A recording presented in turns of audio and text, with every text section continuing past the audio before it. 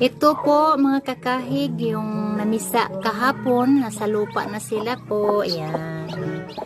Ang kaganda po ng kanyang mga sisiw. Nalipayon ba kung mga kakahig no? Maski gastos kaya na ni sila kay daghan na sila. Upat na sila ka himungaan karon. Nauna lang tong wag isa ka bulan siguro mag-isa na to ka bulan tapos kini ug katong naay na pulo ka buok nga piso managsuon ni sila nga himungaan gi barter ni nako kay kuya diha sa mong silingan duha ka himungaan ang iyang gihatag sa kuha gi barter tapos isa ka lalaki nga kuan ang akong gi barter.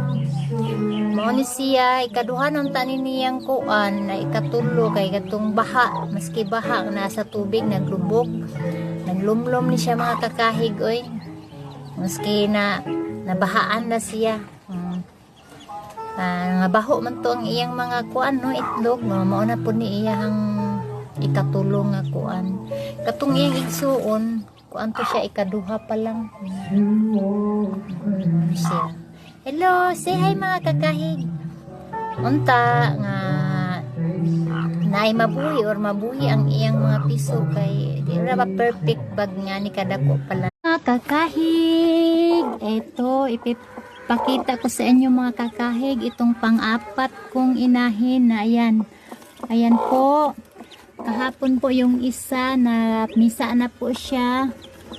Sana po mapisa niya. 8 lang yata. Ito very cute. Mashallah. Hello, kakahig. Kaya, happy talaga ako kasi ano na naman siya. Yung isa naman, ay, inilabas ko na sila. Binaba ko na sila sa lupa.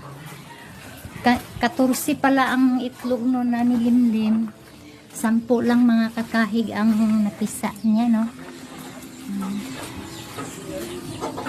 Ayan po yung 4 yan, 4 dito kasi siya, nilipat ko na siya dito kaya bali pang-apat na inahin 4 na inahin ang mayroon ako ngayon na bagong pisa kahapon. Ayan. Sige mga kakahig may 10 sisiw siya. Ayan. Yung una natin na namisa kasi ano yun siyam, nabawasan ng isa. Ayan si Chika, nilabas ko na si Chika kasi kailangan ng bagong inahin yan. Ayan yung mga anak niya, gumawa ako ngayon na